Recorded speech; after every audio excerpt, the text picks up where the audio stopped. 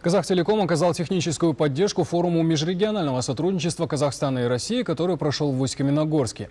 Для обеспечения бесперебойной работы интернета и междугородней телефонной связи были применены самые современные технологии.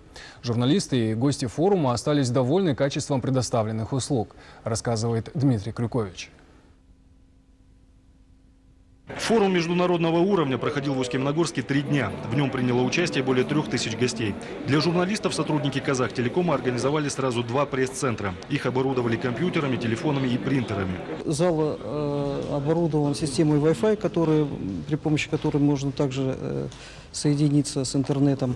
Значит, в общем, здесь порядка 150 рабочих мест позволит быстро передать сообщения, которые здесь будут иметь место. Для качественного и бесперебойного интернета применялась выделенная оптоволоконная линия. Все встречи на высшем уровне транслировались на специальных экранах с высоким уровнем разрешения. Журналисты остались довольны качеством предоставленных услуг. Не было зарегистрировано ни одного случая технического сбоя. Все материалы выходили точно в срок. Не ожидали, что в сравнительно небольшом городе, Усть-Каменогорске, ни в столице, ни в Астане, даже не в Алмате, будет достаточно хороший пресс-центр.